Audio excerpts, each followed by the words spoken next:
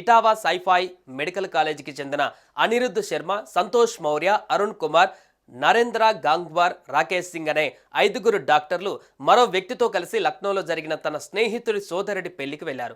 సాయంత్రం జరిగిన పెళ్లి వేడుకను చూసుకుని భోజనాలు చేసి తిరిగి కారులో ఇటావాకు బయలుదేరారు. తెల్లవారుజామున 3 గంటల ప్రాంతంలో వారు ప్రయాణిస్తున్న car Lucknow Agra express highway మీద కనౌజ్ జిల్లా కేంద్రం సమీపానికి చేరుకుంది. మరి డ్రైవ్ చేస్తున్న వ్యక్తి కునుకు తీశాడో లేక మరే కారణమో తెలియదు కానీ ఆ కారు డివైడర్కు వేగంగా ఢీకొట్టింది.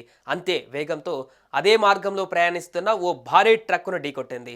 ఈ ప్రమాదంలో కారులో ప్రయాణిస్తున్న 5 మంది డాక్టర్లు ఘటనా స్థలంలోనే ప్రాణాలు కోల్పోయారు.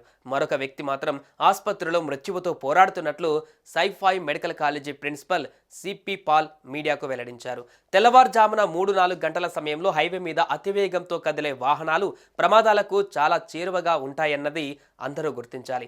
జాగ్రత్తగా ప్రయాణించి